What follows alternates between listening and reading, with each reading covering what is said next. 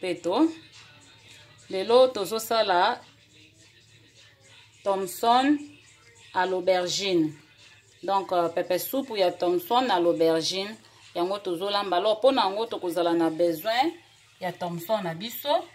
Thomson na biso yango wana tozala na besoin nango. Après tokozala na besoin ya aubergine, tokozala na besoin ya litungulu, tokozala na besoin ya tomate, tokozala na besoin ya pilipili, tokozala na besoin ya ail yango wana. Donc tokozala na besoin ya ail, tokozala na besoin ya épices, pe tokozala na besoin ya cube Maggi na biso ya mai, tokozala na besoin nango. Donc yango tokotia na repas na biso ya lelo. Alors restez toujours connectés, branchez na kata chaîne na bino akombola bopeto, bokozala jamais dessus. Donc bolanda ndenge tozosala yango.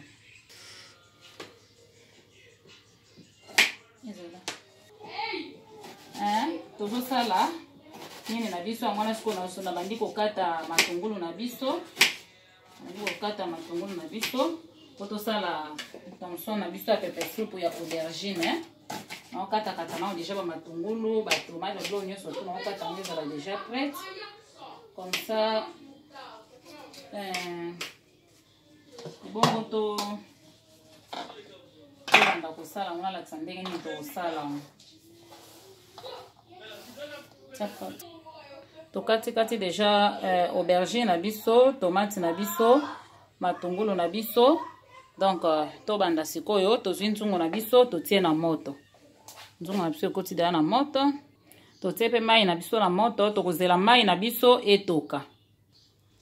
Na tant tozozela mai na biso etoka, nazwi kibi na biso moko wana ya soso na lingi na tango na kati ya mai na biso. Tomoni mai na biso ebandi kotoka. Alors lokola ebandi kotoka to bana na kotia de ba épices ekota déjà na kati ya mai na biso avant que to continuer kotia avant to tia mbisi na biso. Nazwi épices na biso yango yo na tie. Nazwi pe ndambo ya épices na biso oyo yango yo na tie na mai na biso. Tie na mai na biso. Alors nazwi pe kibi na biso nini na biso ya mai na tie na kati ya nini na biso na tie. Tango zotia épices na yo ko manquer te ko meka oyoka soki vraiment oyoki ke goût ekoti da suffisamment na mai wana c'est bon. Donc ça pe na mesure oyo olingaka.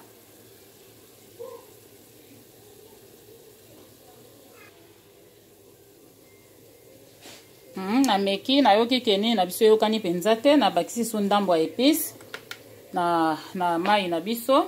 Lokola ni na biso Thomson ezaka na zei donc en tout cas tangawisi ezanga te. Tozwi pe ndamba tangawisi na biso totie na kati ya mai parce que pona koboma pe zei wana ya nini. Tozwi pe ail pe yango pe bomaka ba zei. Donc totie pe ail na biso na kati ya mai na biso. Après nde tokozwa mbisi na biso oyo tosalaki tosopi yango na kati ya mai tokotia yango na kati ya mai na biso oyo tobandaki kotokisa. Après kokotisa nde tozwi siko matungulu na biso oyo tokataki tosopi yango na kati. Tozwi tomate na biso oyo tosalaki. Tozwi tomate wana tosopi yango pe na kati. Tozwi aubergine na biso tosopi yango na kati. Tokotisi.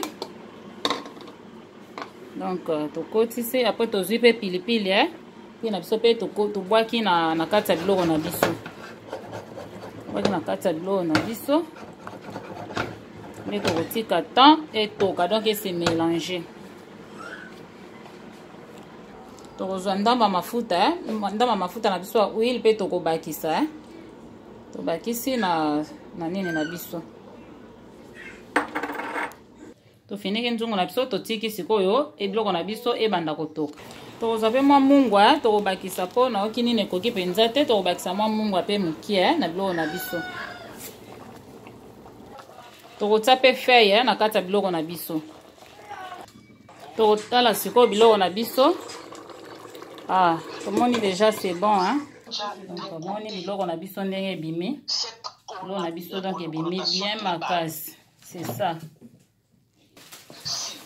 Biloko na biso yango ekomi prête donc bo s'abonner penza massivement na chaîne na biso akombola bopeto bozala jamais.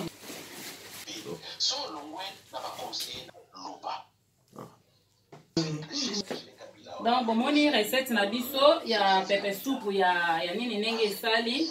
Donc biloko na biso ebeli, c'est ça. Recette na biso mokola lelo, j'espère que vous sepé nango bo mekango. En tout cas vous n'avez jamais déçu. Abonnez-vous hein, vous s'abonnez vraiment massivement na kata chaîne na biso ya kombola bopeto, vous n'allez jamais déçu. Donc la recette a boui.